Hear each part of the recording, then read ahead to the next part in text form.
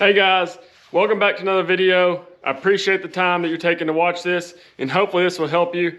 I posted on my Facebook and Instagram asking for questions that you might have on the bladed jig from the last video, and I got a couple and I just want to address them.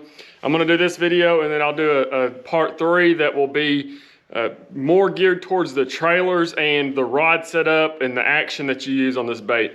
So I want to start off with the bladed jig by saying it's one of the most versatile baits, and I think that's why it's so effective, because you can throw it where you throw a spinner bait, where you throw a crankbait, a square bill, a trap. You can throw it deep, shallow. You know, they make an ounce and a quarter now to fish really deep grass with it. And that is where that bait is so versatile, and that's why I think you see it being in the top of the fishing scene so many times, is because it can be thrown from 6 inches to 20 foot and everywhere in between.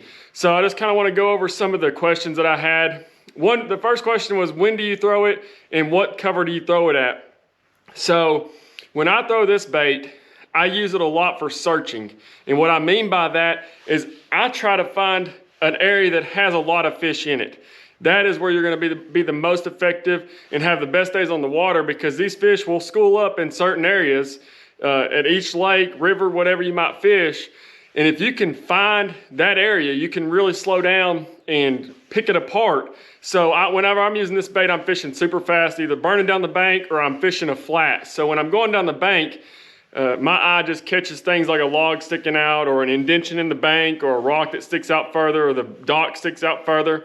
And I will just, fish super fast down through there and try to be as efficient as I can, but cover water, because you can slow down and you can waste a lot of time in one area that doesn't have any fish, or they just don't want to bite there.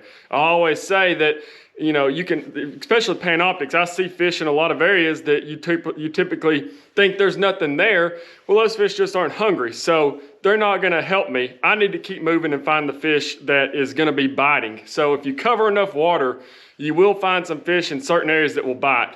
So I go down the bank, I'm looking for certain things sticking out, just odd things. Fish like to relate to something different. When I'm on a flat, I will run down the channel side of it and be fishing in the channel, but I'll be casting up on the flat side or towards the bank. Most of the time the channel is going to run along a bank, and your flat is going to be on one side, and the deeper part of the channel will be a bank or something, and you can kind of go up and then work your way back down. So you fish the bank up and then fish the flat down. Another thing to really look for is bait fish.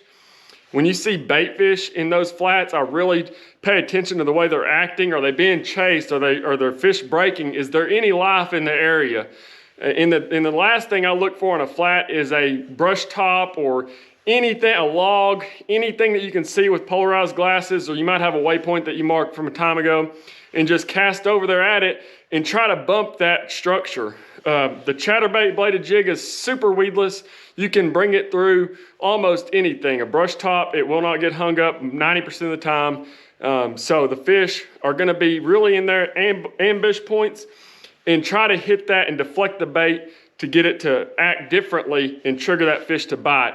And a lot of times what you'll find is whenever you get that bite, especially on a flat, there's going to be a bunch of fish in that area. And you can keep catching them on that bait, or you can pick up something like a trap or a square bill, show them something different if you catch, what you think is all that's there, and pick up something a little bit different, and you'll probably catch a few more fish. So that's when I throw it and at what cover. The next question I've got is color selection.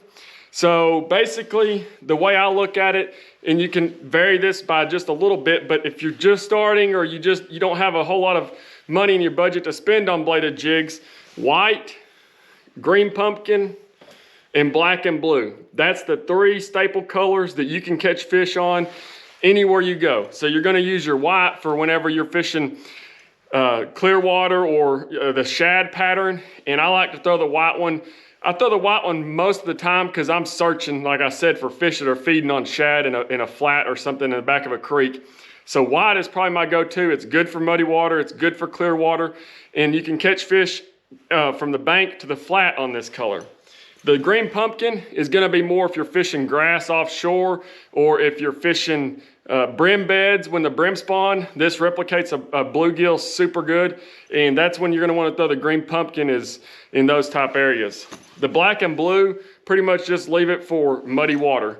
It's a super good bait in muddy water because you got the vibration, plus you got the black and blue, which fish can see a lot better in the muddy water. And I feel like this bait really works the best in the muddy water for me. I haven't personally fished Florida, but I've heard a lot of people say that the black and blue is super good in Florida in the tannic water. So if you live in Florida or you're fishing there, it might be something you want to try.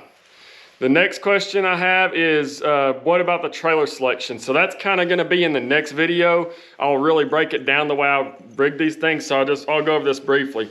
I use pretty much 3 different types and really exclusively 2 different types. You've got your Gary Yamamoto Zanko or Zacko.